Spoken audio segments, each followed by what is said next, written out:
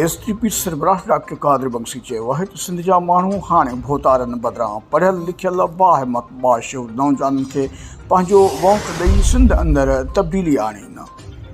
मकानी चूंडनि में सॼी सिंध अंदरि नौजवाननि फार्म भराए भोतारनि खे ॻणती में विझी छॾियो। एसटीपी अॼु खां 3 साल अॻु उन जदोजहद जी शुरूआति कई हुई जेका हाणे सिंध जे घिटी घिटी में नौजवाननि जे रूप में पहुची चुकी आहे।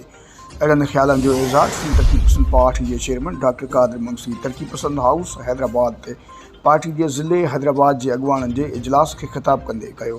डॉक्टर कादिर बंसी चयो त भोतार जेके मकानी चूंडनि में सीटूं पाण में विरहाए खणंदा हुआ ऐं पंहिंजे पुटनि पोटनि खे बिना मुक़ाबले कामयाबु कराईंदा हुआ, हिन भेरे खे सॼी सिंध अंदरि इलेक्शन करणी पइजी रही आहे।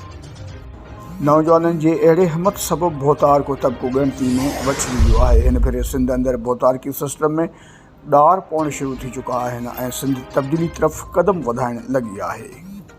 इजलास में सिंध तरक़ी पसंद पार्टी के vice chairman Haider Shahani, doctor Sumar Mangrio, Ashiq Solanki, Qadir Channa, doctor Abdul Hameed Memon, Khaut Khan Gadi, doctor Ahmed Nunari, Jam Shaukat Abdo, Ghulam Ahmed Rind, Rustam Lashari, Nusrat Hussain Channa, Ejaz Sindhi, Sarwan Mangsi समेत ज़िला ऐं तालुके जा अॻुवान शरीक हुआ।